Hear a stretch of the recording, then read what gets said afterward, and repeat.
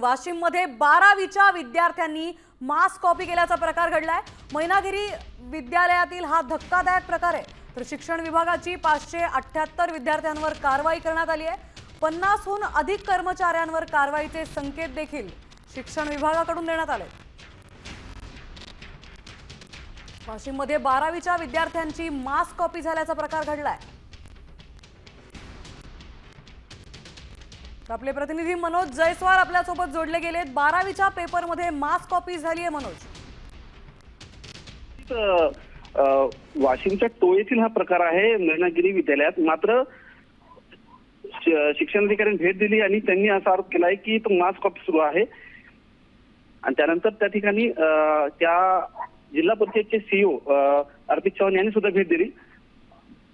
मात्र शाळेत प्रशासन आत्महत्या की मास कॉपी झाले नाही। मात्र या प्रकरणाचा अहवाल जिल्हाधिकाऱ्यांकडे पाठवला असून 587 विद्यार्थ्यांवर कारवाई करायची मागणी शिक्षण अधिकारी यांनी केली आहे।